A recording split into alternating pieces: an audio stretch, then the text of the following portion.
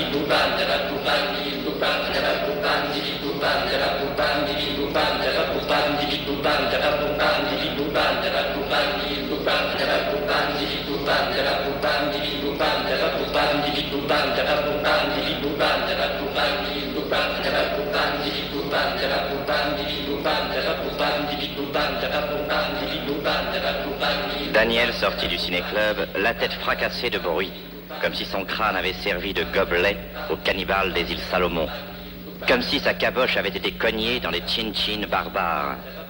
Après les projections du ciné-club, dans l'incohérence des débats qui s'en suivaient d'habitude, il avait essayé d'exposer, lui, pour la première fois, ses idées neuves, originales, sur l'art du film. Et maintenant, Ses propres phrases lancées dans la salle lui revenaient, alcoolisées et enivrantes. Le film me préoccupe pour autant qu'il y a en lui-même des possibilités de découverte, de progression continuelle. J'aime le cinéma lorsqu'il est insolent et fait ce qu'il ne doit pas faire. Aujourd'hui, un film peut entrer dans une histoire du cinéma parce que des types comme Griffiths, au lieu de laisser, ainsi qu'au début, l'appareil de prise de vue sur place et permettre aux acteurs de tourner autour, ont osé introduire le premier plan, c'est-à-dire le visage seul de l'héroïne en larmes, la simple partie du tout se développant monstrueusement sur l'écran au détriment de l'ensemble.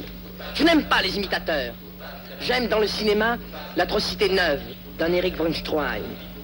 Lorsqu'il fait éclater avec ses ongles de sadique un bouton blanc sur son visage terrible. Lorsqu'on voit l'officier plein de morgue, méprisant, laisser tomber le sac d'une dame sans se baisser pour le ramasser. Afin qu'un instant après, l'écran nous révèle qu'il a les deux bras abominablement mutilés. Mais je n'aime pas les imitateurs. J'aime, dans le cinéma, lorsqu'Eisenstein introduit avec le cuirassé Potemkin le symbole social. Une foule se dissipe en s'écrasant, fusillée sur les marches par une armée qui vient rigide comme le tank inhumain de la fatalité grecque. Le contraste entre une voiture d'enfant qui se dégage seule du désastre et les bottes cadencées des soldats apporte la révélation de l'histoire révolutionnaire. Je n'aime pas les imitateurs d'Eisenstein. Nous connaissons la découverte de Chaplin qui introduit la première allusion indirecte dans l'opinion générale. Au lieu de montrer le train qui part, on voit les lumières des fenêtres du train se dérouler sur un visage de femme. Le cinéma m'intéresse à cause de l'image surréaliste du chien andalou de Buñuel. La lune, coupée par un nuage et comparée à un œil sectionné par un rasoir. De l'orbite, l'iris écœurant vomit comme une goutte de pluie. Et nous savons tout ça. Oui, on le fait. Oh, les panneaux de la salle, vos gueules, quoi. Je voulais simplement dire que je ne veux pas faire des films en profitant des erreurs des autres. Je veux, pour le salut de mon âme, courir mes propres dangers. Je veux un paradis ou un enfer pour moi tout seul. Égoïste, c'est une bourgeois. Je crois premièrement que le cinéma est trop riche. Il est obèse. Il a atteint ses limites, son maximum. Au premier mouvement d'élargissement qu'il esquissera, le cinéma éclatera. Sous le coup d'une congestion, ce porc, rempli de graisse, se déchirera en 1000 morceaux. J'annonce la destruction du cinéma, le premier signe apocalyptique de disjonction, de rupture de cet organisme ballonné et ventru qui s'appelle film.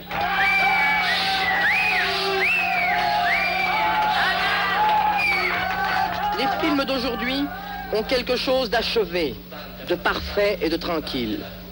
Cela résulte de l'harmonie des éléments de composition, de l'unité classique entre les parties constituantes, parole, image. Pour conquérir, il faut rompre. Il faut renvoyer une fraction de la famille, la plus jeune, en avant-garde, qu'elle essaie de défricher dans ce mouvement d'indépendance ses propres espaces. Comme dans l'émigration ou dans les conquêtes impérialistes. Oui, il faut déchirer les deux ailes du cinéma, le son et l'image. Boucher!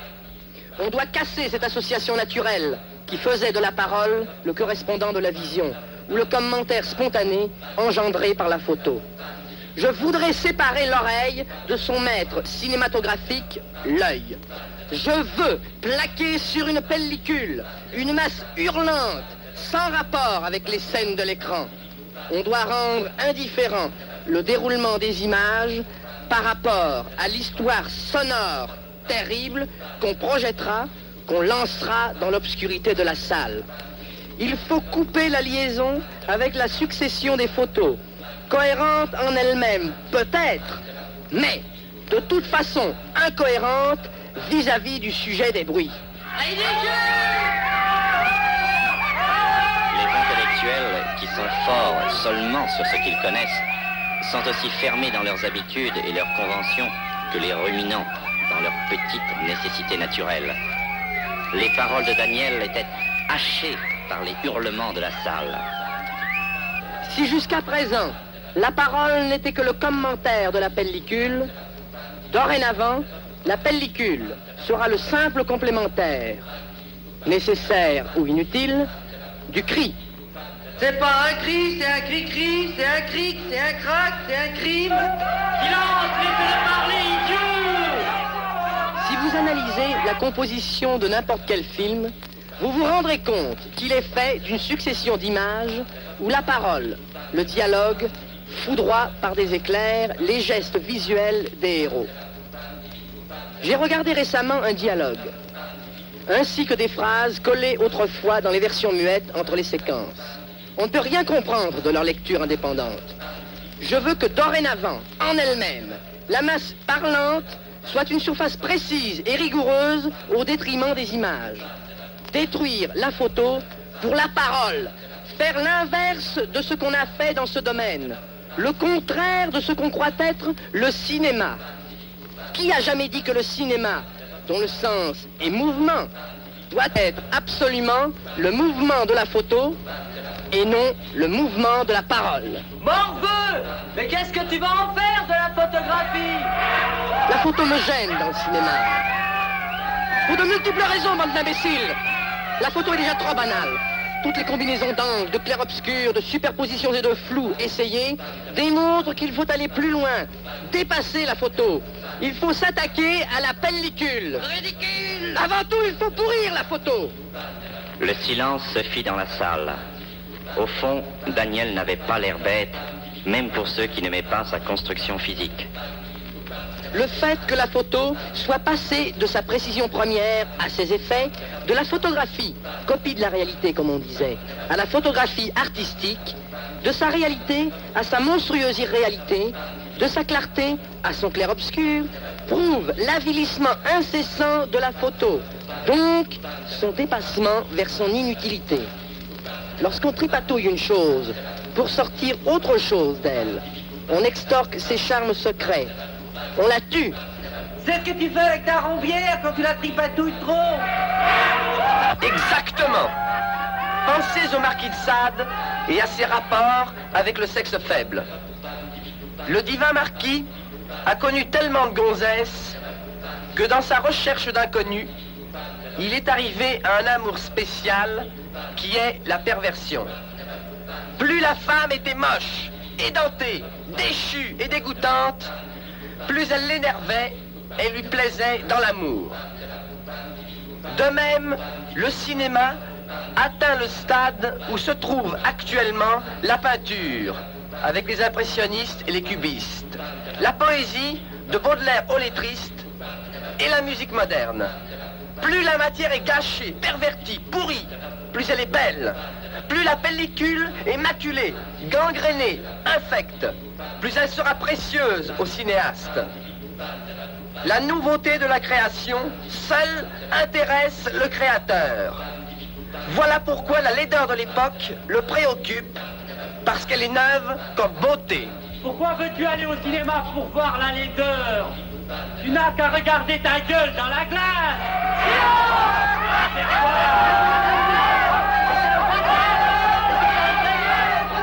Je ne tiens pas à vous raconter ma vie. Cette salle est tout, sauf un confessionnal.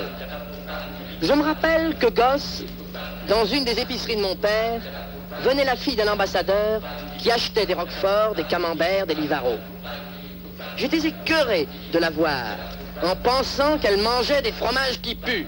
Plus les boîtes étaient vieilles, plus les fromages avaient été mangés par les vers, plus elle semblait prendre de plaisir à se les procurer. Dans le pays, on la prenait pour une folle. Son air sérieux, distingué et blond, ajoutait d'ailleurs une note séraphique à cette impression. En vieillissant, avec ce qu'on appelle le raffinement du palais, j'ai appris moi aussi à préférer les camemberts, les roqueforts et les livaros au fromage blanc, par exemple. J'ai compris qu'il faut une grande connaissance et un grand amour des fromages pour s'intéresser aux fromages qui puent. L'exemple vaut pour le cinéma. J'ai perdu ma jeunesse dans les salles obscures, ces modernes fumeries d'opium. J'aurais pu imaginer 1000 histoires réalistes, réelles et plaisantes. Mais il faut un grand amour du film et une énorme consommation de pellicules. Dites, t'as bouffé beaucoup de pellicules? Jusqu'au dégoût. Mais je préfère mon nouveau dégoût à l'ancien goût dégoûtant. Oh, c'est facile. Et très difficile en même temps. S'agit-il d'une perversion de la langue ou du palais? Je n'ai peut-être pas raison, mais les autres auront bientôt tort. Dans la recherche de renouvellement, j'ai simplement épuisé les possibilités avant eux. Tandis que les autres sont encore en train d'essayer les chances de la photo, moi je n'aime plus la photo. Je m'attaque directement à la pellicule pour la détruire et m'émouvoir ensuite de ses folies plus que de ses raisonnements. Le sadisme de la photo, voilà le hic. Décadent, imbécile, va. L'évolution d'un art et d'une matière n'ont rien à faire avec l'évolution d'une société. Sade a produit ses œuvres durant la Révolution française. Ce n'était tout de même pas un moment de décadence, mais de naissance d'un peuple. Tiens, c'est un démocrate. Ça doit être un juif. Antisémite, ta gueule, et fasciste. Au secours, va chez Staline. Chez Truman. C'est le cinéma seul qui m'a mené à cette éclosion cinématographique. J'ai pensé que les paroles, par leurs nuances et leurs définitions, montrent les limites et les impuissances de l'image. J'ai pensé qu'un texte qui ne tiendrait pas compte de la photo élargirait les possibilités de la photo, injecterait au cinéma son sérum d'Ogomolets. En réussissant à crever les limites de l'image cinématographique, je l'ai aboli, exactement comme si j'avais réussi à faire de la grenouille un bœuf. C'est devant un bœuf qu'on se serait trouvé. Oh, monsieur le bœuf, je ne savais pas que vous étiez une grenouille auparavant. Cassez-lui la gueule! Foutez-le à la porte! Va, Daniel! Dans mes films, il s'agirait premièrement de faire de la parole une dimension vraiment supplémentaire de la photo. Comme si le son s'ajoutait de dehors et ne prenait pas naissance, ainsi que jusqu'à présent, de la nécessité intérieure, du dedans, du ventre de l'image. La parole ne viendrait plus de l'écran pour coïncider avec ses séquences, mais à jamais d'ailleurs, comme si concrètement et visiblement, il était un surplus sans rapport avec l'organisme, une cravate de bave pendue à une dent d'ivoire. Comme si sans cesse l'image promenait un camp invisible, surnaturel et inhumain.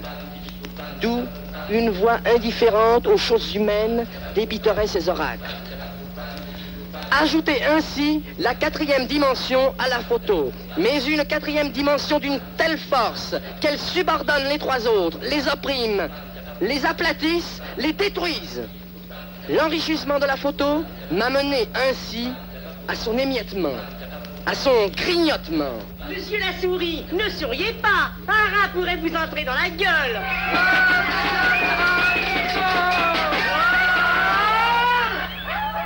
Il a raison, le jeune homme, bande de crétins.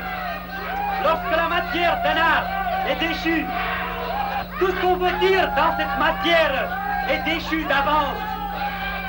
Notre sensibilité ou notre originalité sont nuls devant le joug de la banalité des moyens transmis et déterminants au fond. Il faut changer la matière, la technique du cinéma si nous voulons transmettre notre nouvelle sensibilité, notre sensibilité originale. Pourquoi défendez-vous ce fouilleur de cadavres de vieux films? Oui, toi, récupérateur de chutes.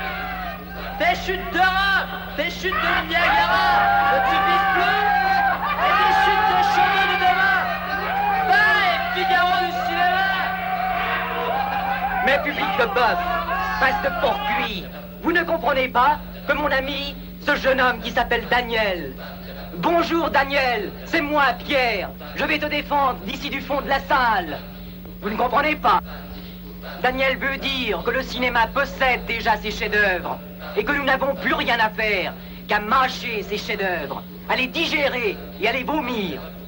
Ce vomissement seul de chefs-d'œuvre anciens est notre unique possibilité de manifestations originales.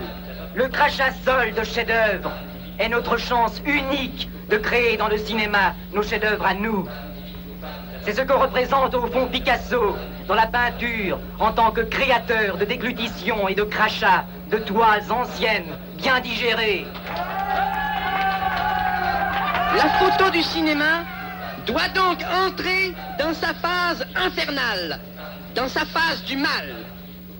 J'ai souvent pensé, ébloui et étourdi, à cette cime de raffinement à laquelle le marquis de Sade se vante d'arriver lorsqu'il mange les matières fécales de ses maîtresses, lorsqu'il adore leurs excréments plus qu'elles-mêmes. Dégueulasse. Sadique, monsieur.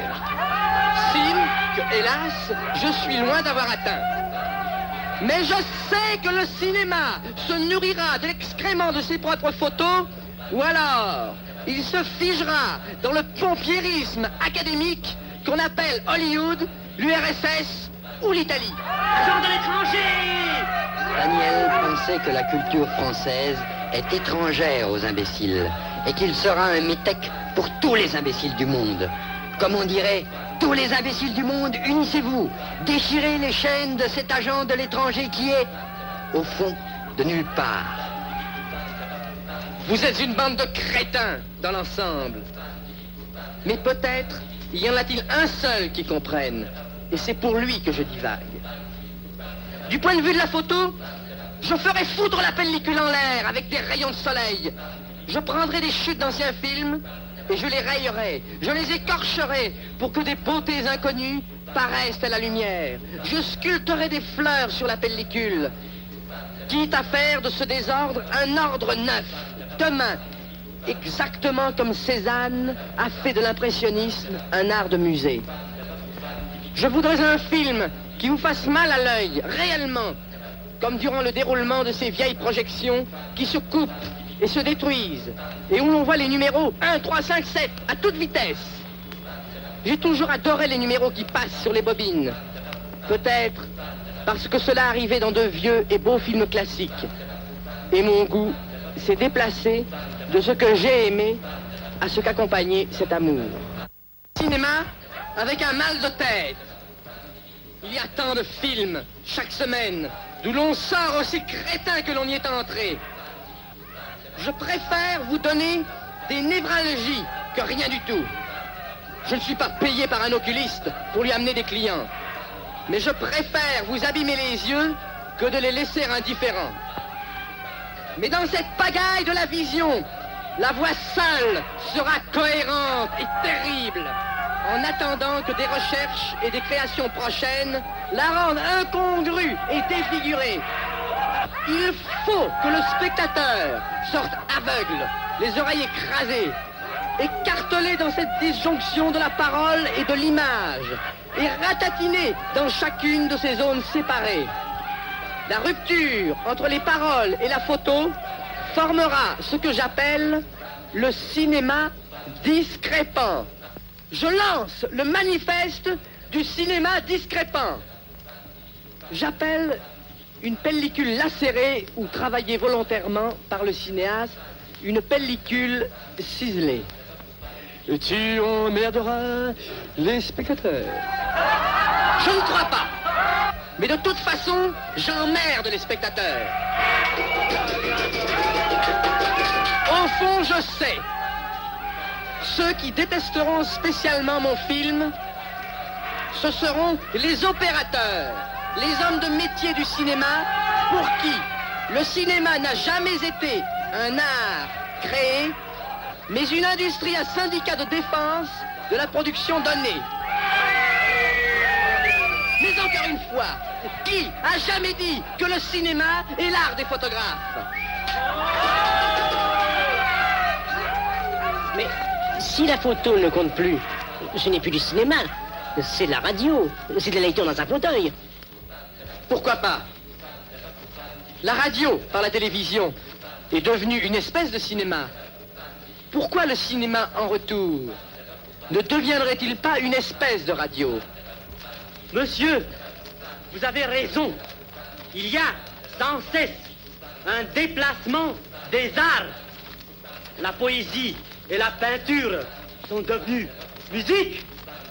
Déplacement qui signifie, au fond, enrichissement d'un art par un autre ou abandon de certaines qualités en faveur d'autres arts. Daniel pensait qu'il aimait toujours faire autre chose. De la musique dans la poésie, de la peinture dans le roman, et maintenant, du roman dans le cinéma. Un roman récité par une dame de compagnie aux spectateurs, assis devant la cheminée brûlante de l'écran et regardant les séquences comme des bûches tomber et passer sans liaison de l'incandescent aux cendres. Il faut vieillir le public et le bercer par la voix, l'enthousiasmer par le récit ou l'endormir. Mais ce que vous voulez faire, ce n'est pas du cinéma. Mais justement, si ce que je faisais était du cinéma, avant que je ne le fasse, il n'y aurait aucune évolution. Il n'y aurait alors aucune conquête des territoires qui ne le sont pas. Si on se tenait toujours à ce qui est, il n'y aurait jamais de progrès. Si ce que j'accomplis était déjà du cinéma, je n'aurais aucun mérite, car cela aurait déjà été. Mais la signification de mon acte viendra précisément du fait que ce que je réalise n'était pas du cinéma, mais que dorénavant, grâce à moi, cela est devenu du cinéma. Mais quelle évolution, ça sert à quoi? Il ne s'agit pas de faire un film et de jouer avec un procédé valable pour soi seul, mais de savoir comment le cinéma peut se dépasser, ouvrir un chemin au film pour qu'il aille plus loin. Il ne s'agit pas seulement d'apporter quelque chose de neuf dans un film, mais d'indiquer une voie neuve au cinéma. La découverte, mes amis, dans le bien comme dans le mal, le meilleur comme dans le pire. Mais il n'y a pas de pire dans le neuf. Tout ce qui a existé était mauvais. Autrement, on ne l'aurait pas dépassé. On n'aurait pas renoncé à ce qui a existé par des révolutions et des changements. Tout ce qui existe est mauvais.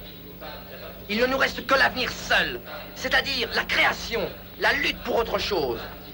Autrement, rien ne nous sauvera d'un suicide général. Je crois, même bêtement, à un avenir meilleur de l'humanité. Je peux, 1000 fois encore, bouleverser l'art de l'écran. Et plus profondément encore. Mais pour le premier film, cela suffit.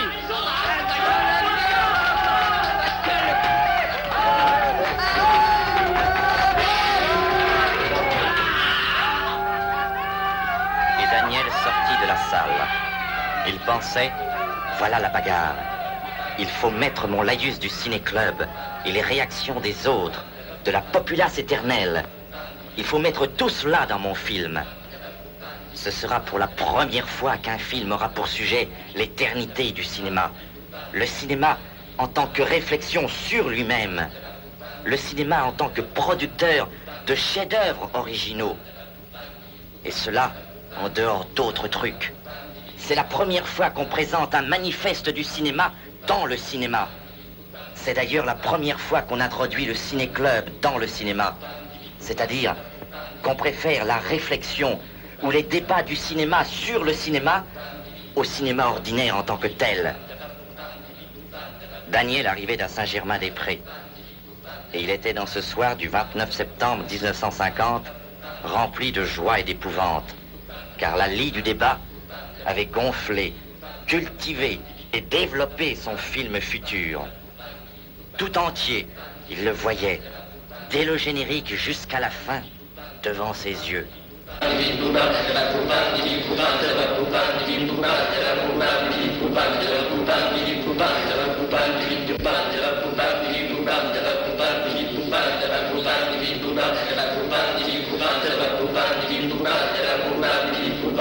Ce sera pour la première fois aussi que le générique se déroulera non seulement au milieu du film, mais tout au long du film, se disait Daniel. Ainsi finit la première partie. J'espère que le second chapitre vous semblera plus marrant. Devant le club Saint-Germain, les yeux myopes de Daniel avaient cherché je ne sais quel événement capable d'exalter, d'élargir son âme. Les débats, l'incompréhension qui est toujours bruyante, alors que la compréhension est veloutée, muette, ce qui la rend moins sensible. Les cris des autres lui avaient donné la chair de poule, comme si ses pores avaient été mangés par la gale.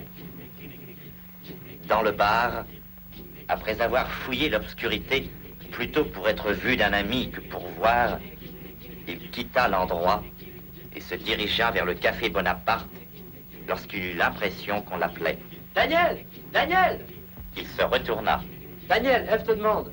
Ève? Ève, tu sais, la norvégienne. Quelle Ève? Il savait déjà.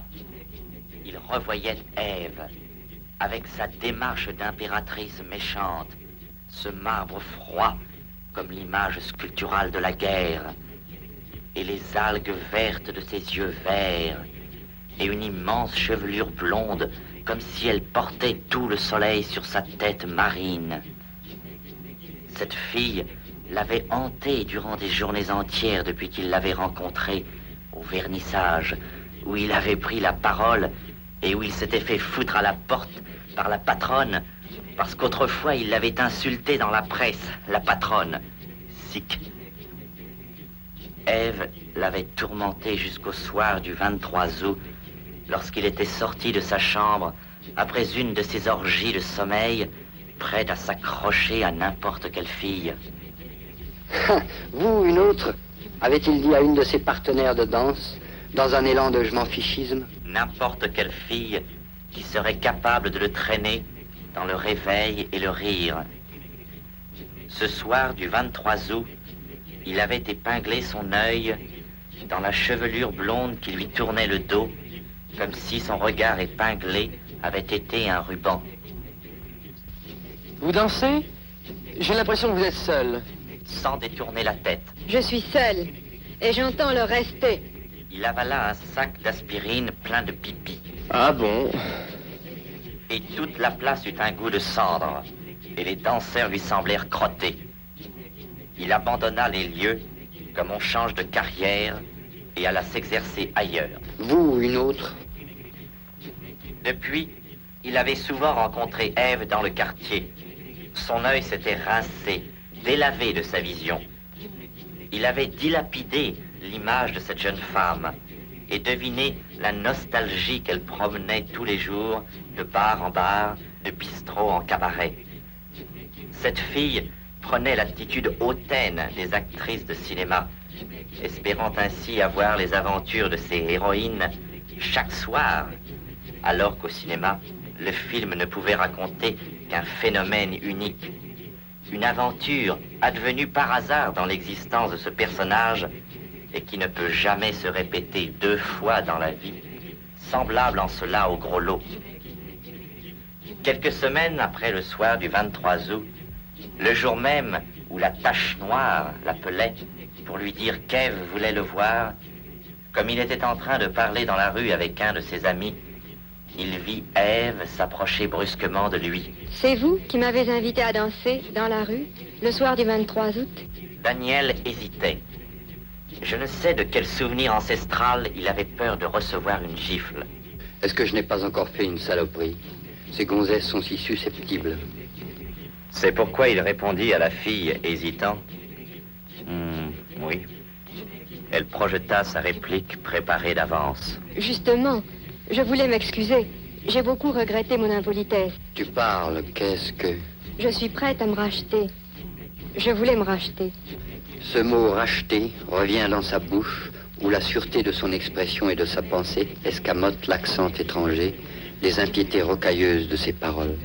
Il était ébloui de la brusque apparition, bien qu'il ne fût point surpris, car déjà 2 ou 3 fois, à des bals ou dancing, des filles qui avaient refusé de danser avec lui au premier abord pour des raisons précises, son attitude fat, l'ami d'à côté, etc., ou imprécises, revenaient sans qu'il sache à quoi attribuer ce revirement. Ainsi, il y a sans cesse en lui comme une attente. Peut-être en chaque homme y a-t-il l'espoir d'une revanche. Devant Ève, il ne sut dire « Oh, vous savez, ça ne fait rien », et se tourna vers son ami qui avait un sourire cochon. Ève continuait son chemin avec sa démarche pleine, ronde, comme si son pas était un plat de cuisine soigneusement préparé, son balancement une toile d'araignée sécrétée par ses hanches. Et maintenant, il se trouvait devant Ève, en clignotant des yeux, tandis qu'elle souriait avec un je ne sais quoi de veulerie. Ève regarda Daniel droit dans les yeux. Dites-moi, voulez-vous me parler de vos poèmes? Daniel se replia, crispé. Ainsi, elle sait, la salope. Le jeune homme qui l'avait invité à danser n'était pas le même, au fond, que celui auquel elle est venue faire des excuses. Le voyou quelconque du quartier et le poète à scandale sur lequel les journaux... Oui, c'est ça. Et puis, quelle entrée en matière stupide. Il n'y a rien que je déteste plus que de parler sur ma poésie, comme sur mon judaïsme avec la princesse espagnole, à qui j'ai fait tout un discours antisémite. Parce qu'il y a des choses secrètes sur lesquelles, en deçà d'une certaine hauteur, il devrait être interdit de parler.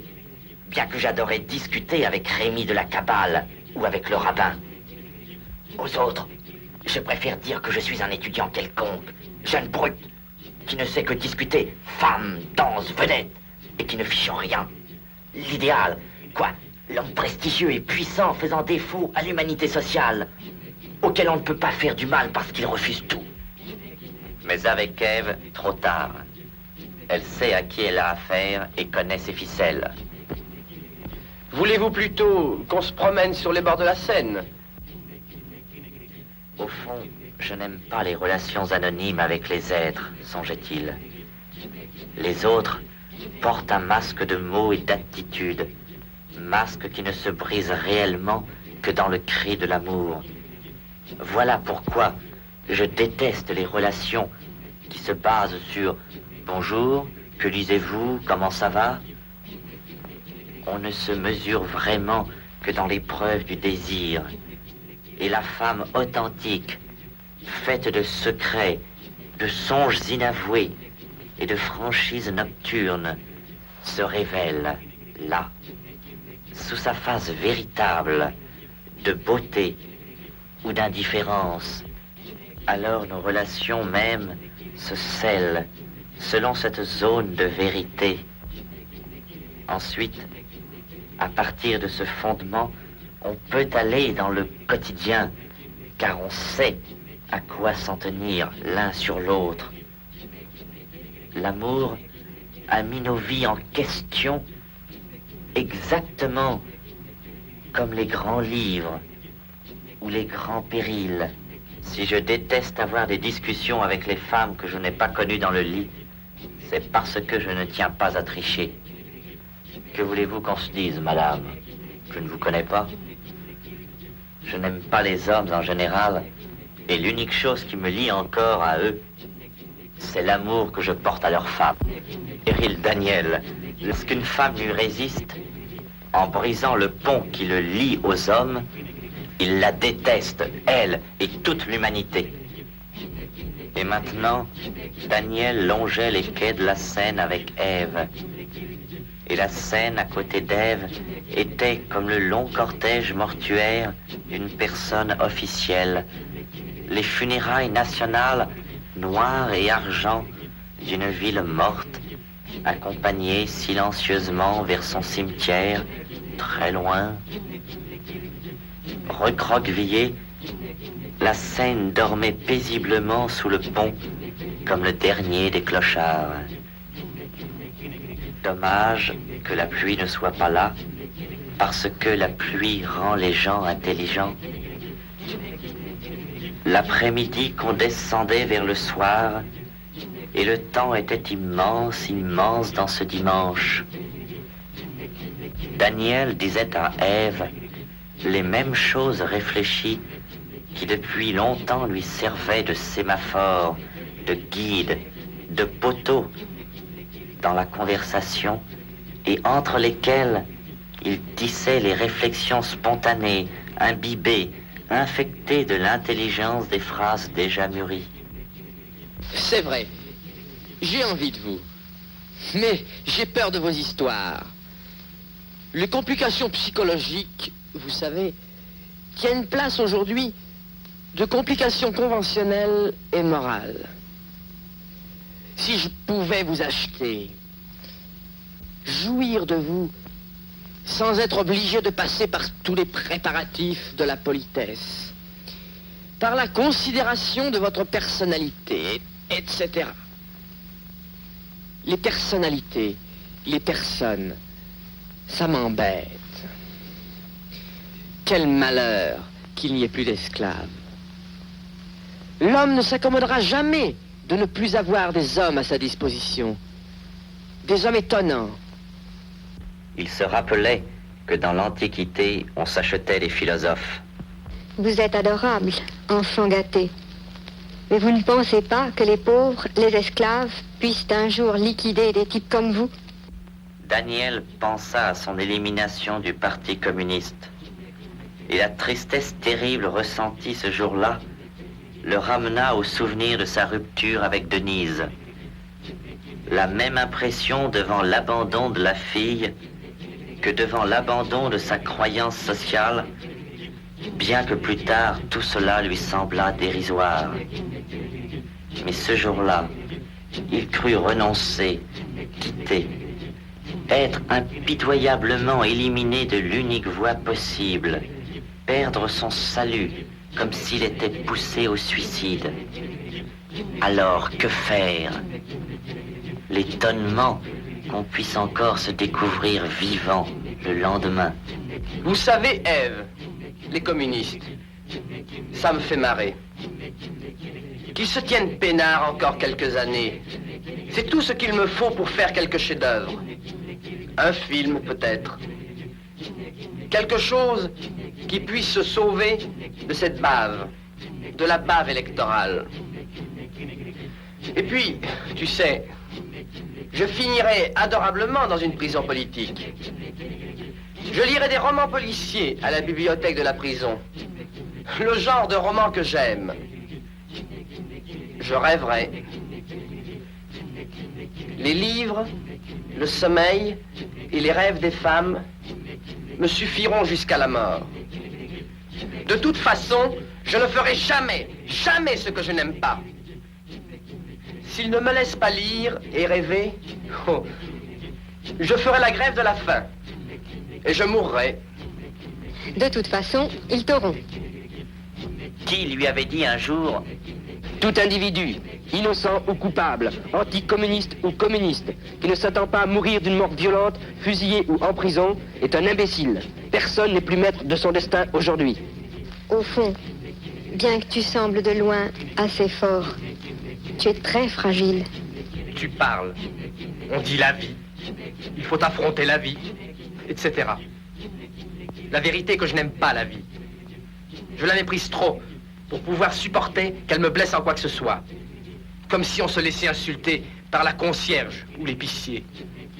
J'ai toujours envie de lui dire à la vie: pour qui vous prenez-vous, ordure, sale imbécile, pour oser me faire souffrir, moi? Et il riait. On dit que tu es fasciste, mais je crois que tu es trop humain pour être fasciste.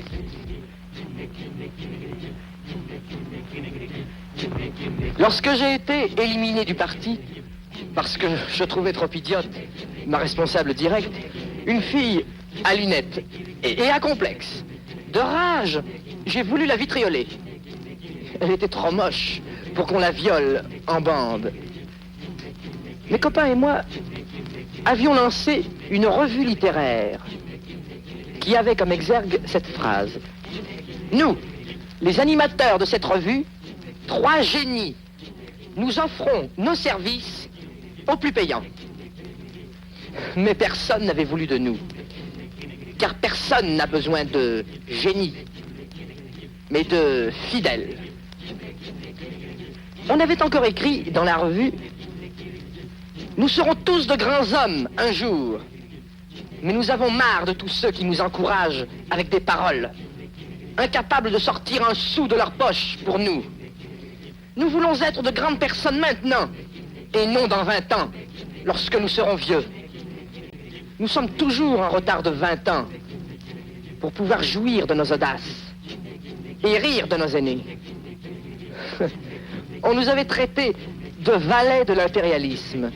Puis, on nous a proposé de revenir au parti parce que le parti a besoin de cadres.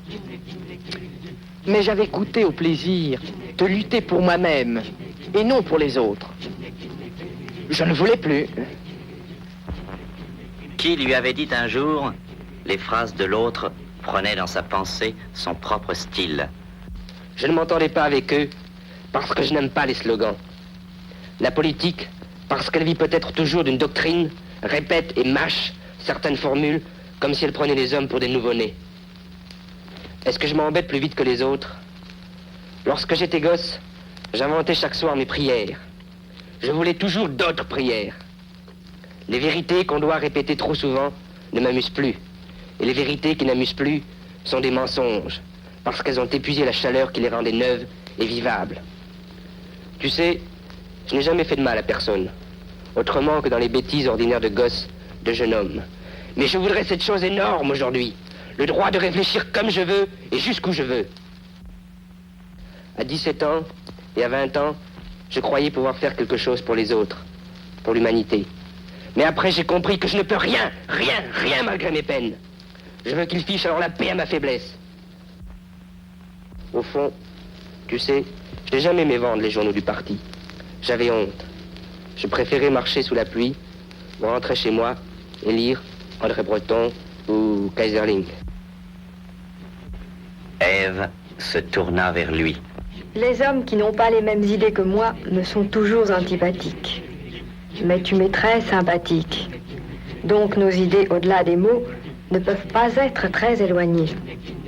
Daniel se disait qu'il ne parlera pas de politique dans le film qu'il préparait, bien qu'il aurait voulu montrer que rien ne lui est étranger. Et puis, la conversation de Daniel et d'Ève tourna autour d'eux-mêmes et de l'amour. Ève dévisageait Daniel, comme plus tard lorsqu'ils dansèrent dans le bistrot du coin. Une mélodie ne doit pas nécessairement te rappeler une femme belle. Tu l'as entendue peut-être près d'une personne indifférente. Mais comme la mélodie est belle, tu es obligé d'inventer pour cette musique un amour à sa mesure, une nostalgie inexistante auparavant, une tristesse pas encore ressentie. La musique crée alors un souvenir que tu n'as jamais eu, mais que tu aurais aimé avoir, une aventure à la mesure de la mélodie. Pendant le slow, Ève l'arrête brusquement. Je ne peux plus danser avec toi. Je suis trop émue. Malgré l'air entendu des gonzesses, dans notre entourage, on peut encore découvrir des jeunes filles, selon l'ancien sens du mot. Des âmes capables d'une émotion intense, stupéfiante, devant les contacts les plus simples. Timidité précise, malgré l'air gru, qui remplace aujourd'hui, d'après les lectures et les films, l'air modeste et vierge ingénue d'autrefois. Timidité aussi farouchement cachée que la vulgarité d'hier. La timidité ou le démodé d'aujourd'hui. Ainsi, la grande demoiselle qui tremblait à un bal de quartier dans les bras blasés de Daniel, blasée par l'habitude de la danse et des filles, et à qui, ne pouvant croire que ce frisson perpétuel est le résultat de l'émotion, il avait demandé « Mais vous tremblez, mon Dieu! Pourquoi tremblez-vous » Elle répondit « Vous savez, je m'en excuse, je n'ai pas l'habitude de danser. » Et brusquement, comme allégée par cet aveu, elle cessa totalement de frissonner en dansant calmement au grand regret de Daniel. Furieux contre lui et contre elle, alors, dans une de ces journées de pesante sûreté, ressemblant à celle où il avait dit à une jeune fille pendant la valse « Vous m'ennuyez, mademoiselle. Au fond, je m'ennuie beaucoup avec vous. En la plaquant au milieu du tourbillon, abandonnée parmi les couples, perdue, voulant voir la terre s'ouvrir sous ses pieds, exactement comme la petite bossue du Moulin Rouge, scène atroce s'il en fut, qui, assise à sa table, paraissait une fille normale, sans défaut, et auquel un beau jeune homme avait gracieusement demandé de danser. Or, debout, elle s'est révélée dans sa difformité monstrueuse, comme aplatie, ratatinée à ses pieds. Lorsqu'elle s'est trouvée sur la piste, devant le cavalier horrifié qui la suivait, en se tournant vers son partenaire, elle ne le trouva plus. Il s'était éclipsé dans la foule, préférant le supplice court et déchirant de la muflerie à la torture énorme de la danse. 3 danses une après l'autre, tandis que les yeux impitoyables et méprisants des autres l'écraseraient. Et la bossue, là, au milieu des danseurs, s'embrouillant petite entre les jambes des hommes et les robes des filles, aveuglée par la honte, se sentant vue plus que voyant, perdue pour Daniel, irréparablement dans la foule, exactement comme il avait décidé de perdre cette fille qui, cessant de trembler et sûre d'elle, s'entendait dire « Vous étiez beaucoup mieux lorsque vous trembliez. Maintenant, vous avez l'air tellement normal et stupide et décevant que vous ne m'intéressez plus. » Abandonné parmi les danseurs et rouge de honte et... il ne sait plus, car on assiste rarement aux suites de nos actes. Ainsi avec Ève. Il était à même de la laisser choir, et au fond, elle n'est même pas belle. Quand dans la rue obscure où ils avaient tourné, elle s'est arrêtée, et toujours cette héroïne de la série noire qui était en elle, en se balançant, presque furieuse sur ses hanches. Dis-moi, Daniel, je ne te plais pas? Tu ne veux pas faire l'amour avec moi? Ah? Peut-être. Pourquoi pas? Pourquoi pas? Elle non plus ne croyait plus à l'amour. Mais ensuite, il y eut la nuit, tissée avec cet amour comme on tisse un voile de reine avec des pierres précieuses. Mais cet ouvrage est trop précis pour qu'on ait le droit d'en parler ici.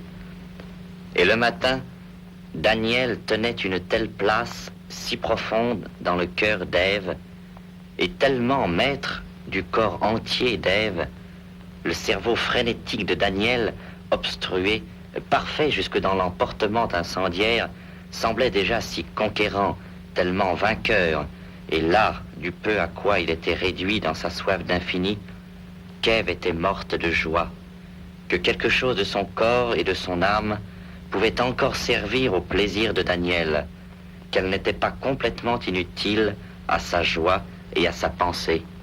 Je sais que c'est idiot, mais si tu voulais, je resterais avec toi toute ma vie.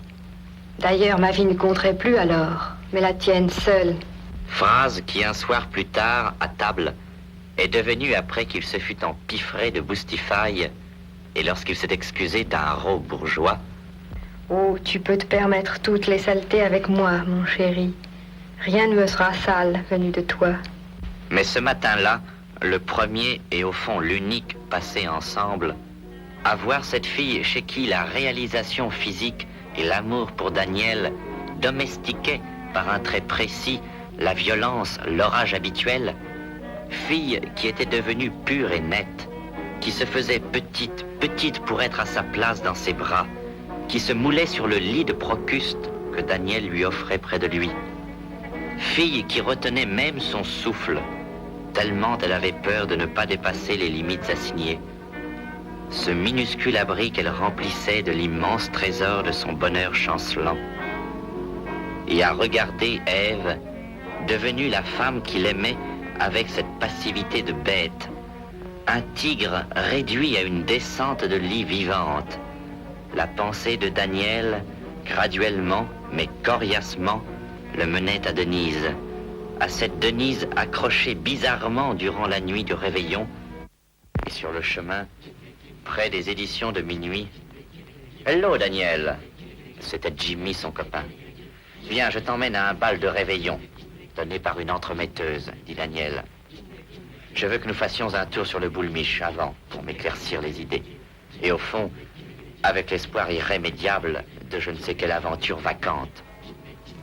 Et devant le Dupont latin, dans la foule où ses yeux hésitaient à reconnaître des traits, il a vu cette grande fille aux cheveux chats qui a tourné vers lui ses yeux riants, bleus ou verts, enfin de cette couleur qui est un pays neuf. Attends-moi un peu, je reviens. Et il a abandonné Jimmy. Daniel abandonne toujours quelqu'un pour un autre. Jusqu'à quand? Jusqu'à quel repos invraisemblable? Et ensuite, rejoignant la fille avec le même baratin idiot, baratin qui est au fond une convention comme bonjour, il la détourna de son chemin vers le Kentucky Dancing. Pourquoi tout lui réussit-il? Parce qu'il ne se rappelle jamais ses faillites. Nos souvenirs sont des victoires. Nos défaites font partie de cette matière immense comme l'absolu qui échappe à nos crocs. Elle s'appelait Denise, celle qu'il allait écraser. Il la croyait maigre, mais elle avait un corps plein. Au Kentucky, pendant la danse, un zazou s'était approché d'eux. Puis-je vous embrasser, mademoiselle? Elle se tourna vers Daniel et voyant son regard... Non, je suis avec mon grand amour. Et elle le croyait, et Daniel le croyait. Et lorsqu'il l'amena chez lui, il pensait... Je veux te faire du bien ici. Et il lui pointa son ventre. Et te faire du mal là. Et il lui pointa son cœur. Et toute la nuit se fut inouïe. Combien il l'aimait. Il s'abîmait dans son corps. Il avait des larmes d'amour. Lui, l'éloigné, le cynique. Qui t'aimera comme je t'aime, Denise? C'est fou. Écoute, dis-moi sans cesse ces mots risibles. Je t'aime, Daniel. Je t'aime, Daniel. Je t'aime, Daniel. Je t'aime, Daniel. Quelqu'un nous dit des mots précaires et nous frissonnons. On a l'impression que chaque mot nous ouvre et nous brise l'âme. Tu sais, Daniel, deux êtres se cherchent à travers les autres êtres qui nous couvrent et à travers les mots qui sont les murs d'un vaste labyrinthe où l'on se perd pour toujours, où tous les hommes meurent. Combien de cadavres dans le labyrinthe du dictionnaire, hommes accrochés aux grilles de ces couloirs qui n'ont jamais réussi à s'évader, se déchirant d'amour pour un autre, et à la fin, morts, étouffés, désespérés dans un de ces cachots, et le vocabulaire est plein de cadavres réels, un cimetière rempli d'hommes qui sont morts pour des mots.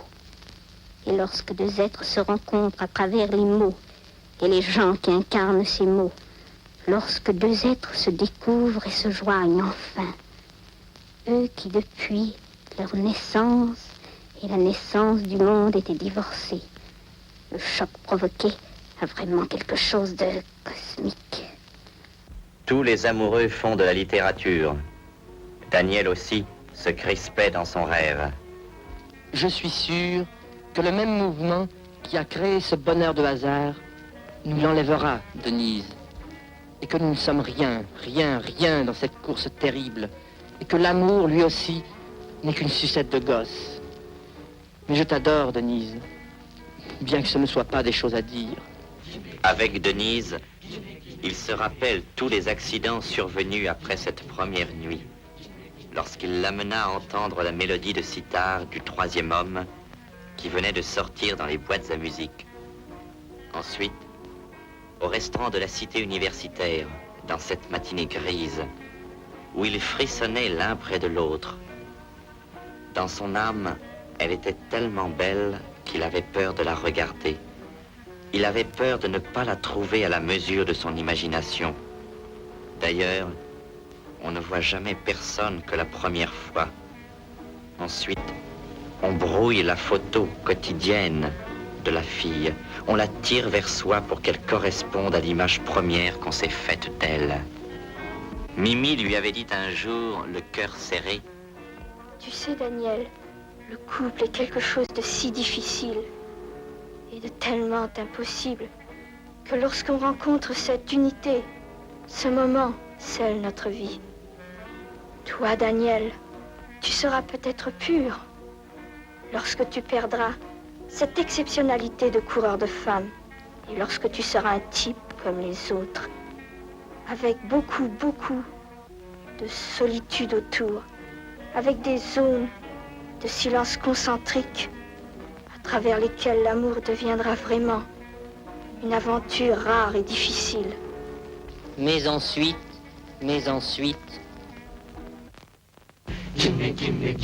Tu ne comprends pas, Denise.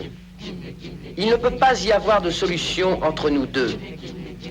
Disons que je reste près de toi, comme dans les films où il y a le baiser final.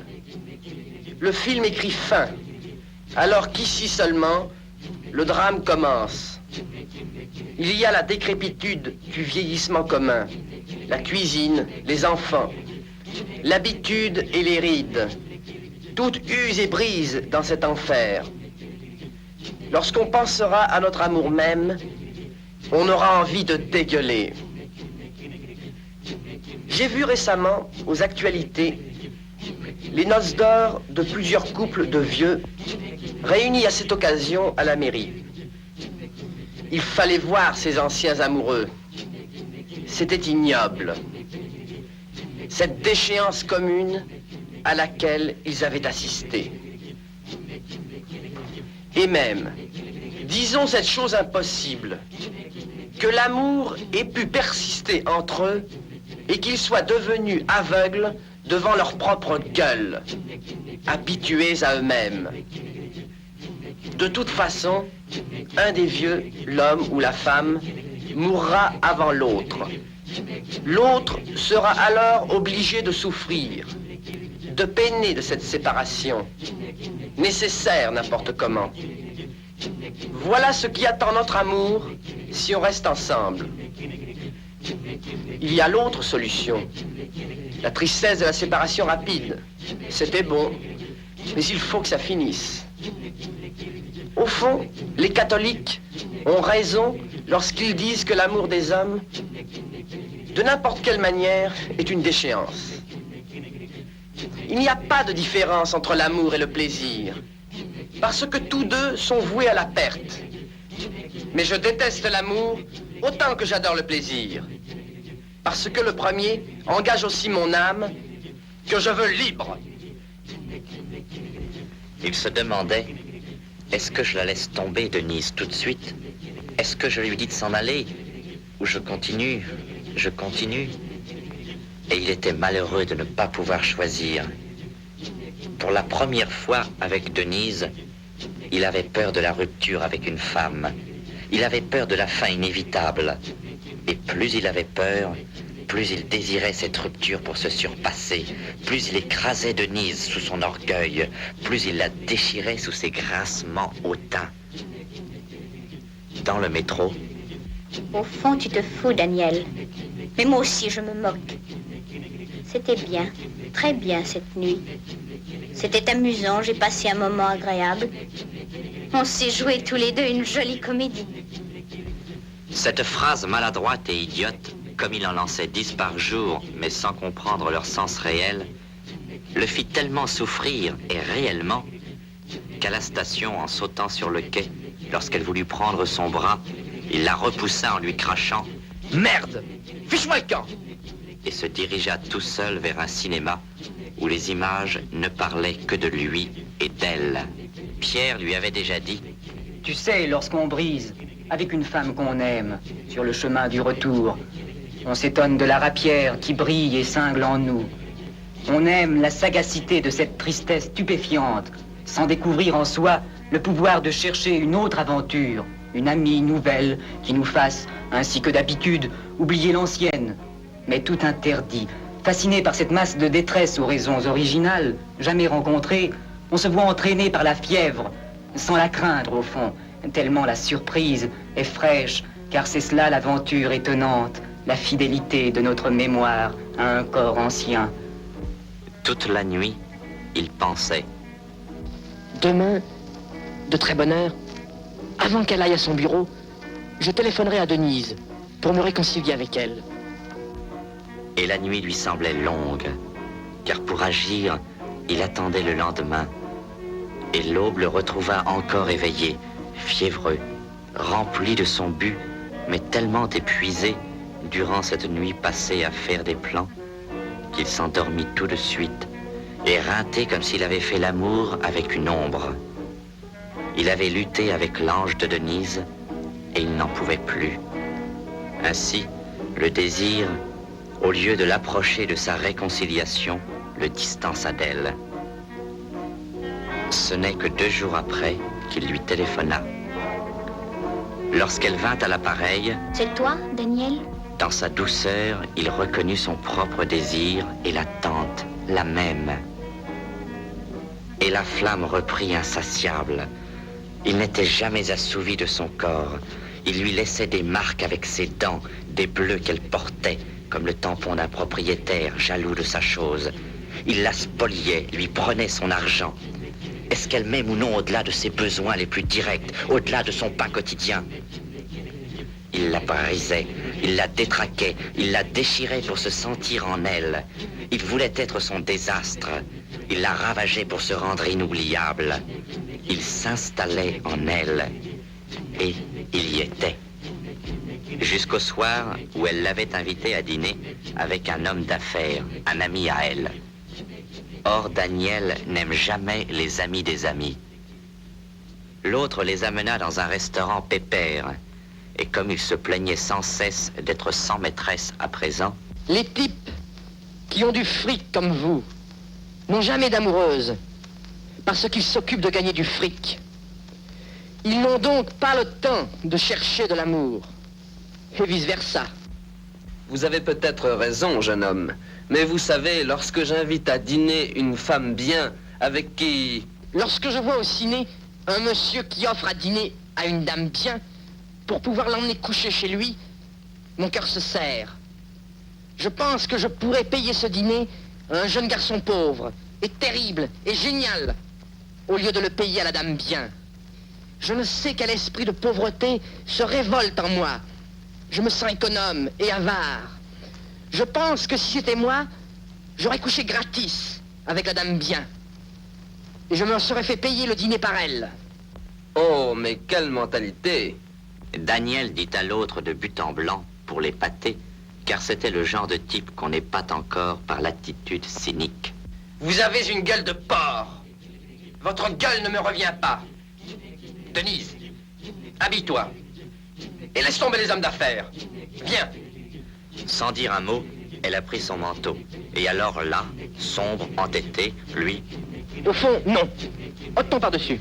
On va finir de bouffer. On reste. Tandis qu'elle, impuissante, douce, et rusée peut-être derrière cette façade, prenant un plaisir masochiste à se faire écrabouiller, ressortait son manteau.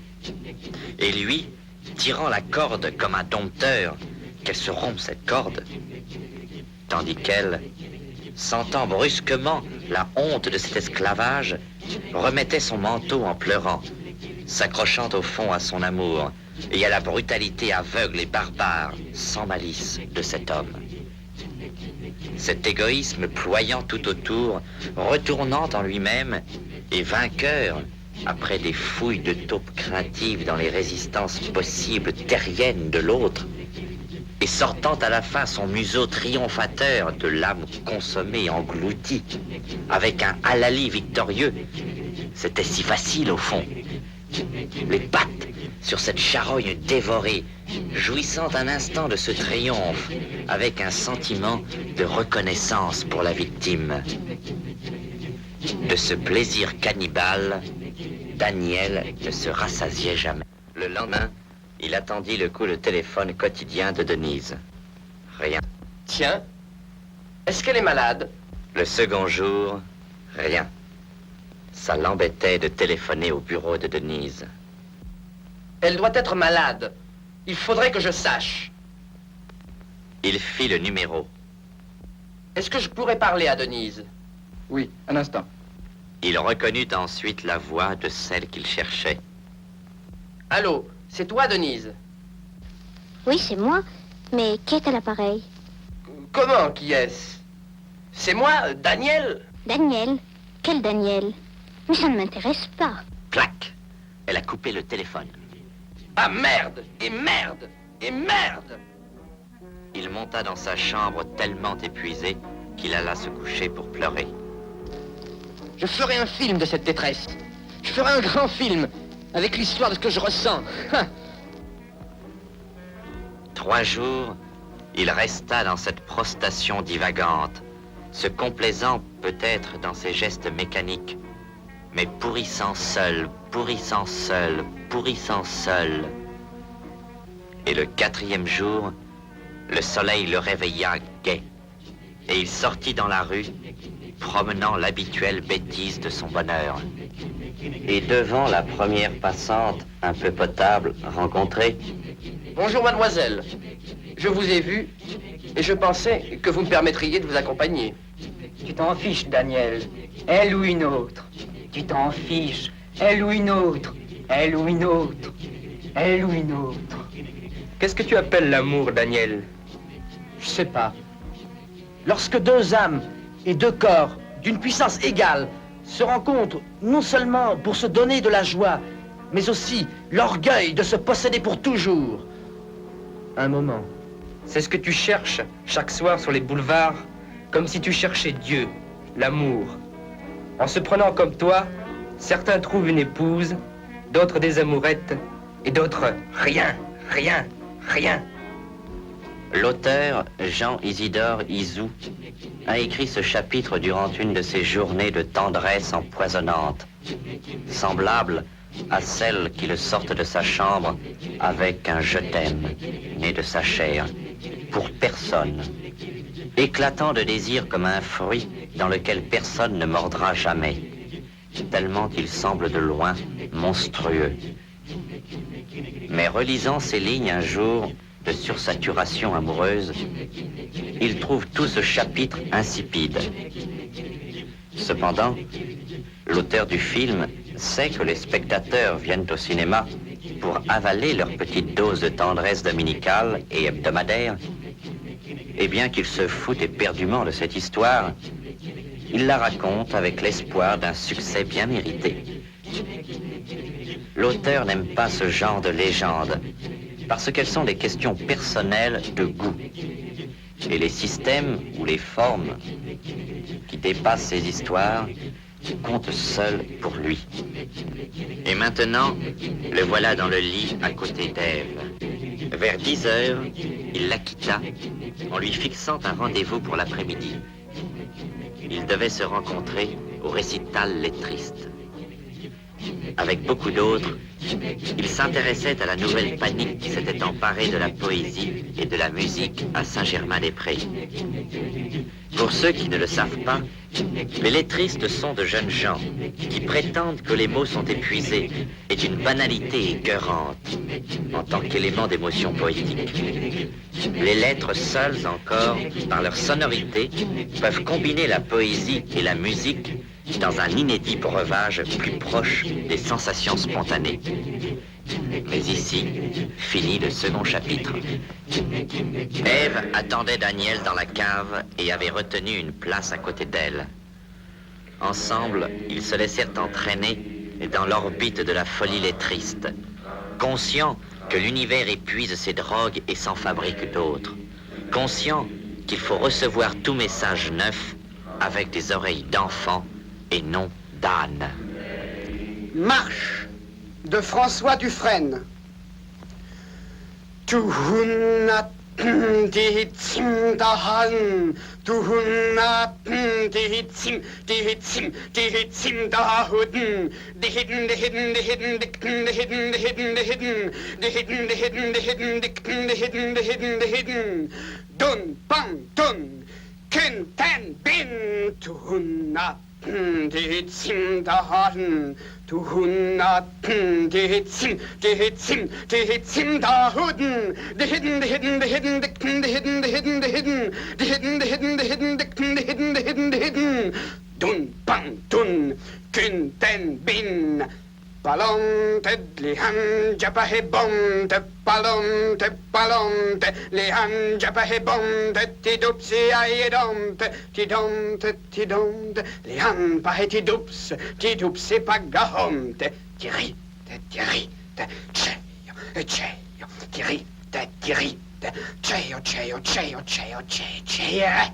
E oie van palente, palente, palente, e oie van palente, tilinte, tilinte, tilinte, e oie van tiling e palahente.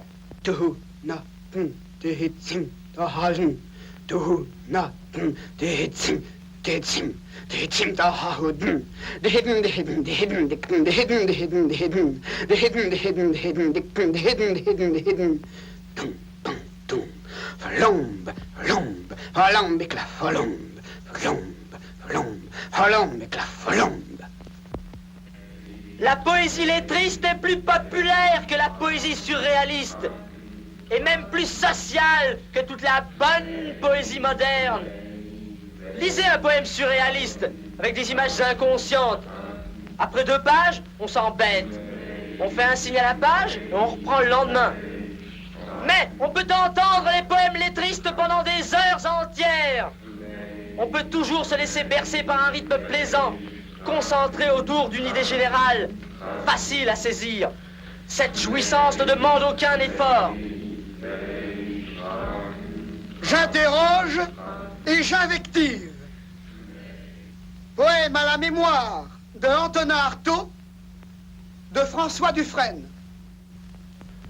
Piètre pitre, piètre pitre, d'autres boutre à votre à titre, d'autres batterie, batterie, d'autres boutre, d'autres, butre, vitre, 4, voutre, boutre, hectre, vectre, plectre, jectre, hectre, vectre, plectre, jectre, têtre, dans têtre, c'être donc c'être, c'être donc c'être têtre, poucre, poucre, empile surjouk, san palex, ogorax, pempre, yogo grec, solung, semble règle, semble xègre, pocre, pocre, tegre, empile, jassouk, san parux, grix, pimpre, yung, grix, solung, Xylvanin, volva, volva, kilva, se skrivanin, volva, volva, kilvanin, volva, kilva, se skrivanin, volva, volva, se skrivanin, pulve, pek, pek, empil surjouk, som parix, pampre, yung, grix, solung, têtre, do, têtre, C'être na donc, c'être na donc, c'être na têtre. Morada, migle, migle, mrovrav, migle, et vigle, mogle, mogle, vigle, mogle, mogle, vigle, glohash, glohash, glanchevan, piche, textage, trapme, vopme, honton, dopme, cerapme, met nadom, viglas, cobre, nadom, viglas, cobre, cerapnom, pucre, Glesh, pucre, glesh, pak, pak, glanvet, nadom, vagé, guc, glanchevan, piste, extase, glohash, glohash, glohash. La musique même, en éliminant la mélodie avec Schoenberg et les atonalistes, vient vers le lettrisme dans son évolution. Le lettrisme sera un jour plus important que le jazz, traité à ses débuts de musique métèque, nègre et sans lendemain. On dit que le jazz représente le jaillissement du primitivisme noir. Le jazz, c'est du faux primitivisme. C'est du noir américanisé, du noir qui a appris les instruments de musique, du noir qui déguise et masque son hurlement dans les outils mécaniques, trombone, batterie, piano, éléments civilisés et compliqués. Le jazz, c'est du primitivisme en faux col. Le vrai retour à une sauvagerie libre, à une poésie, à une musique de tripes, de la voix pure et du cri ancestral, la vraie redécouverte de nos explosions originelles, immédiate, de la barbarie de la gorge, à poil. Voilà le lettrisme.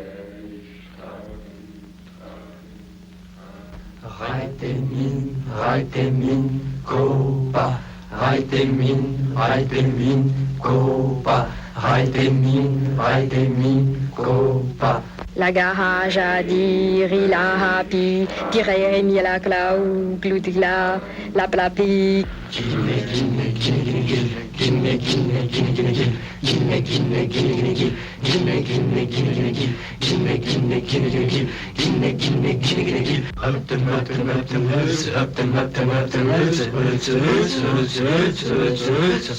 Grand Riachen, Garnum, Ei, Tigel, Mai, Tig, Ei,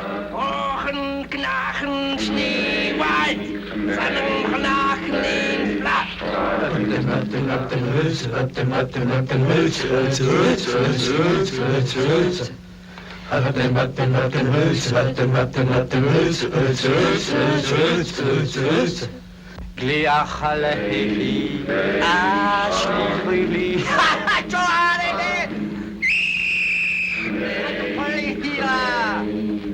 Yafli,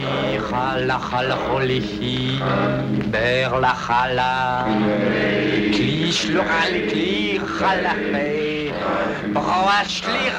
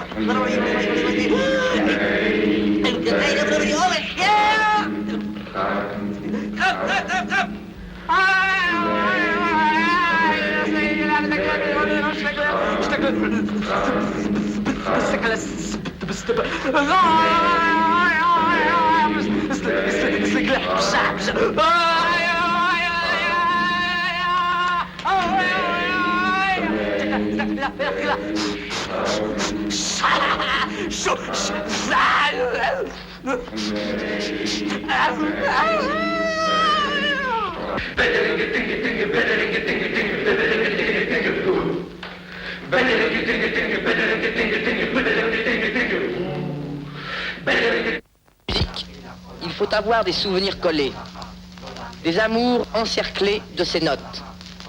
Nos grands-mères aiment la valse, nos mères le tango et nous le jazz. Parce que, respectivement, nos plus beaux moments ont été accompagnés de ces rythmes. En réalité, ce n'est pas cette musique que nous aimons, mais les souvenirs qu'ils réveillent. Pour que le grand public aime le lettrisme, il faudrait que cette puissance se propage, qu'elle imbibe chacun de nos pas. Mais toute chose nouvelle vainque en fin de compte, parce qu'une jeunesse nouvelle a toujours besoin des matières fraîches, pas encore occupées par les aînés, pour se manifester dans sa propre peau. Daniel et Ève sortirent de la salle. Ève se serrait auprès de lui. Le cœur de Daniel et les lumières des quais de la Seine, dans cette soirée, étaient poudrés des arrangements les tristes. Dans un square, les oiseaux sur l'herbe avaient la même fonction décorative que les vaches dans les campagnes. Ce quartier de Saint-Germain-des-Prés, où les écrivains se rencontrent pour discuter métier, exactement comme les marchands de meubles dans le faubourg Saint-Antoine ou les nègres dans Harlem, selon la même loi de concentration professionnelle sociologique. Ce quartier de Saint-Germain-des-Prés, qu'on appelle existentialiste par la faute des journalistes bêtes, alors qu'il n'y a ici que des amateurs de jazz pur, les membres de l'Internationale du jazz, des zazous comme on les appelle, des poètes surréalistes, des lettristes, et puis des jeunes ambitieux, des types qui se veulent hors de la société actuelle, des arrivistes prêts à faire sauter le monde des arrivés, de jeunes externes. Ce quartier que les imbéciles appellent existentialiste, alors qu'il n'y a pas de pire insulte dans ce quartier. Hé, toi, l'existentialiste! Merde! Tous ces petits génies qui te dégoûtent des véritables génies, qui seront un jour de célèbres génies, lorsqu'ils ne seront plus. Tous ces jeunes gens qui meurent de se réaliser, tous des externes.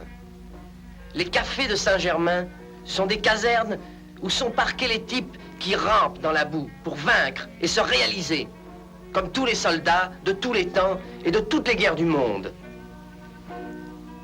Combien ne vaincront jamais, usés? Toute victoire est d'ailleurs en rapport avec l'étendue et la force de nos complicités. On vainc lorsque le nombre des amis est plus puissant que celui des ennemis ou des indifférents. Il faudrait écrire l'histoire d'un Christophe Colomb qui s'appellerait exactement comme l'autre, Christophe Colomb. et qui n'auraient jamais réussi à découvrir l'Amérique. Les écrivains nous ont menti. Ils parlaient dans leurs livres d'une façon noble, comme les riches seuls ont le droit d'en parler. Nous croyons, selon le langage de leurs livres, que les écrivains sont des gens riches, alors qu'ils sont presque tous des fauchés, parce que la vraie littérature ne rapporte pas. Les écrivains sont les seuls pauvres qui ont le droit de parler comme des riches. Mais nous avons été trompés dans notre ambition de créer des chefs-d'œuvre, car c'est l'ambition de crever de faim. La pensée de Daniel divaguait. Ève l'embrassait de temps en temps, comme si elle déterrait ses lèvres de l'oubli, son arme de guerre de peau rouge. Mais Daniel était tout à ses pensées, et les baisers d'Ève, comme les saisons sur Paris, passaient et revenaient sans qu'il brise l'harmonie de ses courbes. Des phrases. Mais je crois que d'autres aussi ont employé des chutes de films. Tu ne crois pas? Peut-être d'autres aussi ont employé des chutes, mais ils les ont reliées dans un tout cohérent. Ils ont éduqué ces chutes dans un montage qui tient bien debout, logiquement. Moi, pour la première fois, je m'abandonne aux chutes comme Dostoïevski s'abandonnait à sa déchéance. Je transforme en noblesse ce qui a été considéré jusqu'à présent comme une misère. De même, les images, les comparaisons, qui dans la poésie de Victor Hugo étaient des éléments de consolidation, chez les surréalistes, sont devenus des causes de dissolution. Un exemple.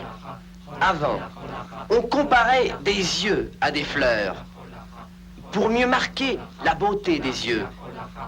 Les surréalistes comparaient les yeux à des fleurs pour faire oublier les yeux et se perdre dans cet écoulement des choses qui dégoulinait dans la comparaison. C'était, si tu veux, la même technique, mais un autre principe définissait ces procédés. Entre l'emploi possible des chutes de jusqu'à présent et le mien, je suis sûr qu'il y a la même distance qu'entre Hugo et les surréalistes. Mais entre les deux attitudes se forme tout l'art moderne. On dit que le cinéma est un art moderne. Mais on a créé jusqu'à présent que des chefs-d'œuvre primitifs. Il n'y a pas encore de modernisme dans le cinéma. Le modernisme commencera avec la destruction du cinéma. Peut-être maintenant. Ensuite, il y a tellement de choses sur lesquelles je ne peux pas insister. Lorsqu'on brise les éléments principaux d'un art, les éléments secondaires se bouleversent d'eux-mêmes. Tiens, par exemple, le style même anti-cinématographique de mon scénario. Les phrases longues et torturées qui rompent avec les propositions courtes, simplement indicatives, actives du scénario jusqu'à présent. J'introduis dans le film cette phrase immense que Marcel Proust a prise à la philosophie et a introduite dans le roman. Ou tiens, autre chose. Jusqu'à présent, on montrait le personnage se tournant vers son partenaire. On voyait les gestes du type. Dorénavant, on entendra dire « Daniel s'est tourné », sans le voir se tourner. On incorpore l'imagination au cinéma, car on détruit le réel, le concret. Le spectateur pourra inventer son personnage, comme il n'a jamais pu le faire dans l'histoire du cinéma. Après un certain silence, Ève concentra une longue chaîne de réflexion dans un seul anneau. Les images des acteurs n'auront aucun rapport avec ton scénario. Comme si tu avais pris les maquettes et les séquences d'un film, et avec ces scènes, au lieu de faire le montage, tu te serais déjà ennuyé d'un spectacle connu d'avance. comme si ce bric-à-brac était déjà la lassitude du film, comme si cette lassitude était déjà la destruction du cinéma. Tu montreras que les images ne comptent pas, qu'on peut leur faire dire ce qu'on veut et ce qu'elles ne disent pas. À l'instant où n'importe quelle image est égale à n'importe quelle autre, toutes les images sont également indifférentes. Tu sais, Madame de Charrière affirmait devant Benjamin Constant que Dieu a existé, mais qu'il est mort pendant la création de ce monde inachevé. Elle disait, l'univers que vous voyez n'est que l'échafaudage d'un univers qui ne sera jamais construit. De même, le film ne sera plus jamais construit, au moins comme avant. Si j'ai bien compris ta pensée, Daniel, selon toi, le dieu du cinéma est mort. Le volcan de l'unité originelle est éteint. Seuls des morceaux de terre et de lave glacée dégringoleront jusqu'à nous. Je sais, sans doute, d'autres aussi ont déjà détruit la photo. Mais toi, tu es le premier à avoir compris la nécessité de cette destruction. D'autres ont détruit la photo avant toi, mais ils ont fait cela par hasard. Et ensuite, ils ont abandonné ce boulot et se sont occupés d'autre chose. Tu es le premier à avoir compris la destruction de la photo en tant que possibilité unique d'évolution de la photo. Elle avait rencontré ce matin Pierre, son ami, accompagné de l'étranger qu'ils avaient connu au ciné-club. Ils avaient discuté du film de Daniel. Tu sais, Daniel, ce que les imbéciles du ciné-club n'ont pas compris, c'est que le cinéma, jusqu'à présent, a réalisé tous ces chefs-d'œuvre vivants possibles. Nous ne pouvons pas balancer les anciens. Nous ne pouvons pas faire mieux que par notre intelligence, par l'intelligence parasitaire de ces chefs-d'œuvre passés, par leur dédoublement, par la démonstration de notre compréhension de ces chefs-d'œuvre. Les créateurs précédents ont eu la chance d'avoir devant eux un terrain vide où ils pouvaient se mouvoir. C'est pourquoi ils ont pu donc choisir l'action cinématographique, l'épopée. Mais nous, les épigones, les trop tard venus, nous n'avons plus devant nous, comme matière, que le souvenir historique de cette action, la critique ou l'apologie des actions précédentes. Nos films ne peuvent être que le simple commentaire, conscient ou inconscient, des films passés. Peut-être l'histoire que tu raconteras dans le film sera banale, mais demain, un autre pourra raconter n'importe quelle histoire en employant ton procédé de cinéma discrépant, d'indifférence par rapport à la pellicule. N'importe quel romancier pourra faire un film sans que la pellicule lui coûte un sou. L'image est trop élémentaire et simple, d'où l'impression de stupidité primaire des films muets, obligés de raconter des histoires dont le roman avait déjà honte depuis longtemps. Même Charlot n'était qu'un clown primitif. King Kong et le cow-boy, le baiser en premier plan. Voilà à quoi est réduit la photo dans son action. Même le cuirassier Potemkin, le grand film soviétique d'Eisenstein, est une espèce de King Kong élémentaire, de l'idée révolutionnaire, l'anecdote d'une révolte primitive. La parole seule peut, dans le monde des expressions, embrasser toutes les nuances du monde. La parole seule est aussi compliquée que l'homme, est riche de tout le trésor de l'ambiguïté humaine.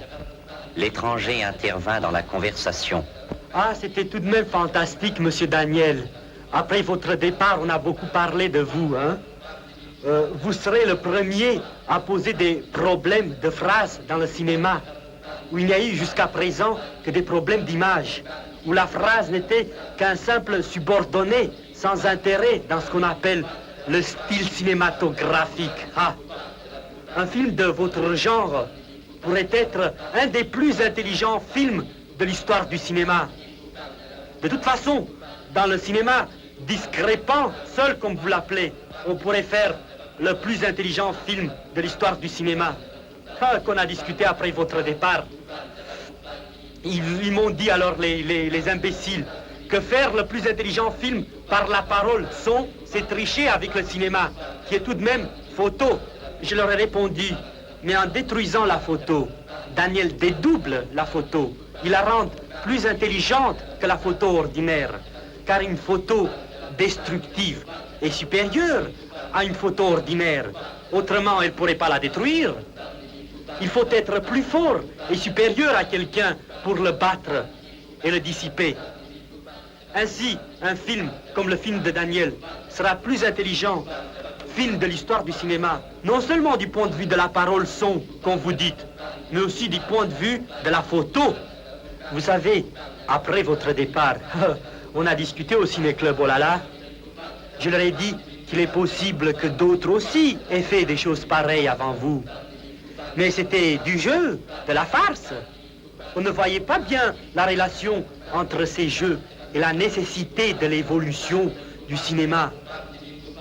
Je leur ai bien donné l'exemple de Picasso. Avant lui, d'autres aussi ont fait de la destruction des images. N'importe quel enfant faisait du Picasso en détruisant des images. Mais lui, le premier, est parti de la belle peinture normale et par des recherches infinies, des peines énormes, a progressé vers la destruction de la belle peinture normale. Il a systématisé ainsi la peinture nouvelle et surtout, il a coupé dans la forêt de la peinture le chemin qui va de l'art ordinaire, de l'art figuratif, vers l'art non figuratif, vers l'art anormal. De même, pour ceux qui connaissent Alfred Jarry, vous savez Alfred Jarry, l'auteur de Ubu Roi. On sait qu'Ubu Roi n'a été qu'une farce de collégiens. Au début, les copains d'Alfred Jarry ont fait cette farce. Mais c'est Alfred Jarry qui a coupé dans la jungle de la belle littérature ordinaire de son temps le sentier qui a mené de cette belle littérature jusqu'à la farce des collégiens. Alfred Jarry a passé et a perdu sa vie pour déblayer et systématiser le chemin qui va de la belle littérature ordinaire à la farce des collégiens. Or, chez vous, Daniel, il faudrait que le manifeste du cinéma dans le cinéma soit un couteau d'une puissance de frappe inhumaine, grâce à laquelle les jeunes gens d'aujourd'hui puissent se frayer un sentier à travers la bêtise étouffante du cinéma vers un terrain frais où aujourd'hui il n'y a que des farces. Il faut que tu armes le cinéma d'une arme, d'un poignard, comme le cinéma n'a jamais eu. L'Amérique aussi existait avant Christophe Colomb. Mais Christophe Colomb a ouvert aux Européens, par sa force, une voie pour l'atteindre, cette Amérique, une voie intelligente. Il faudrait que ton film, par son intelligence, soit la voie des Indes du cinéma, la carte géographique vers un nouvel exotisme. Si Daniel n'a rien créé de neuf, je leur ai dit, alors personne n'a jamais rien créé de neuf. Ni Picasso, ni Griffith, ni Chaplin, ni Baudelaire, ni Rodin, ni Descartes, ni Platon. Car il y avait toujours avant des choses que ces types-là ont mieux compris et définitivement mis en système. C'est curieux tout de même, Daniel. Il y aura sans cesse un déplacement de valeur dans ce film. Tu leur montreras des photos pour leur dire qu'il faut être attentif aux paroles. Tu pourras même raconter une histoire d'amour pour te souvenir, à l'abri de cette histoire, d'un autre amour, plus rare, plus précieux. Et c'est marrant. Vous vantez les paroles en tant qu'élément de bouleversement de la photo et vous aimez le lettrisme, qui est la destruction des paroles. Au fond, ce qui vous intéresse, c'est la création, l'invention, la découverte. Et au fond, c'est cela la création, une incessante destruction des surfaces pour l'atteinte d'un écoulement souterrain. Ils diront que je n'ai eu aucune peine pour tourner le film. Mais il fallait toutes ces années de tournage pour arriver à cette facilité de la pellicule, ramassée de partout. On dira que mon film est plein de maladresse, mais il n'y a pas d'œuvre parfaite.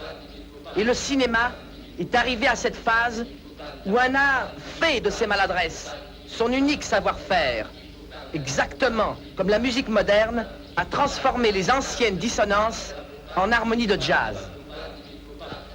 Lorsque je pense à ce que mon film apportera de tous les côtés, une technique de photo neuve, la photo ciselée ou pourrie.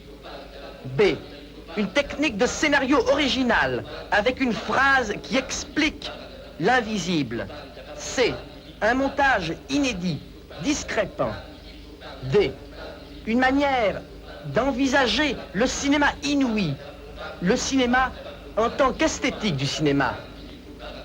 Et tu verras que les imbéciles râleront encore contre moi. Et moi qui sais que même si le film est au-dessus de tous les films existants d'aujourd'hui, moi, je suis au-dessus de mon film. Et que sans cesse, je ferai plus et autrement. Ils ne devront pas oublier, vos spectateurs, Monsieur Daniel, que même la musique de votre film, c'est vous qui l'avez inventée. Je parle de la musique Les Tristes. Ils m'ont dit que vous ne savez pas ce que c'est le cinéma.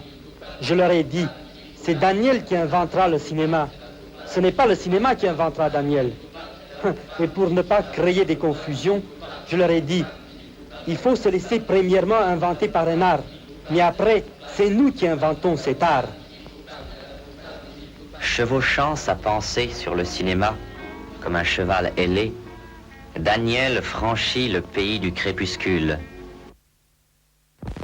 Et maintenant, avec cette Ève qui ne lui plaisait pas tellement, et avec laquelle il fallait recommencer la nuit, c'est son impatience qui avait épuisé Ève, comme les bonbons qu'il n'avait jamais réussi à sucer, à tenir longtemps dans sa bouche, à savourer, ainsi qu'on lui demandait lorsqu'il était gosse, mais qu'il cassait entre les dents toujours, très vite, et avalait. « Tu ne mastiques pas, mon chéri », lui disait sa mère. Impatience de joindre au plus vite le cœur du plaisir, son maximum, comme il buvait toujours d'un trait.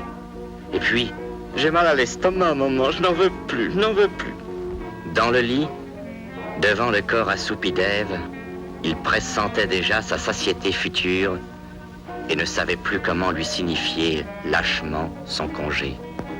Tu sais, Daniel, je t'aimerai toujours. Tu me fais un peu peur. Ce cerveau lourd que vous avez tous derrière ce corps d'adolescent. Ce cerveau lourd derrière cette face d'adolescent. La princesse disait la même chose.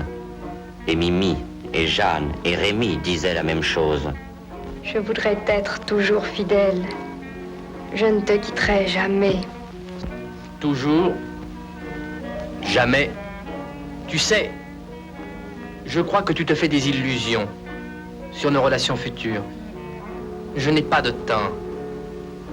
Je ne pourrai plus te voir. Au fond, ni demain, ni jamais. Daniel, mais Daniel, que veux-tu de moi? Ai-je fait quelque chose qui t'aidait plus? Dis-moi, chérie.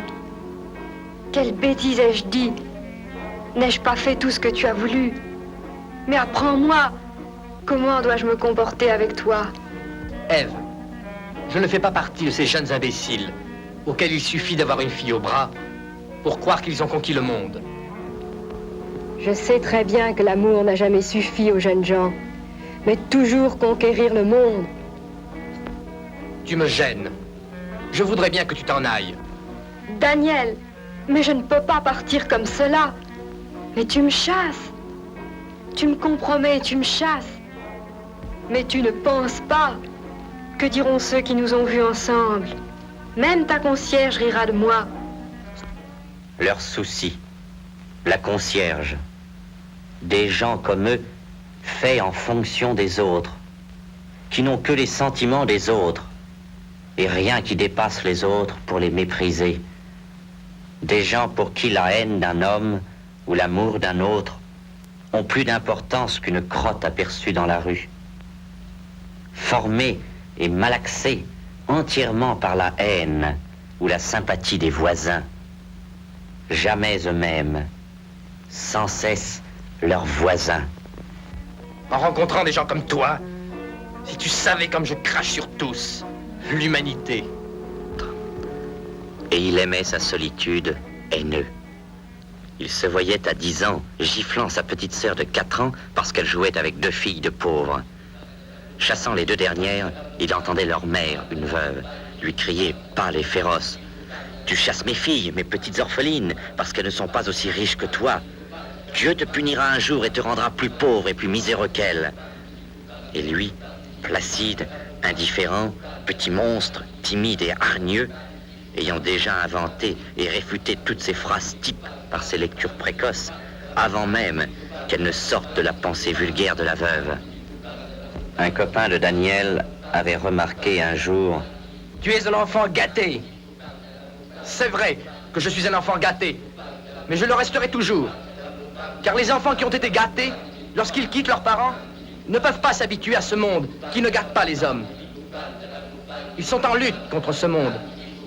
Tandis que les autres se plient et se résignent à ce monde, les enfants gâtés meurent de le plier ou de le vaincre.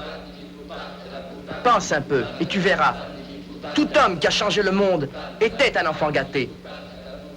Et je te dis en vérité, le monde appartiendra aux enfants gâtés, où il sera dévoré par la misère et la résignation. Au fond, peut-être as-tu raison, Daniel, de mépriser les hommes. Tous ceux qui ont voulu transformer l'homme ont haï l'homme.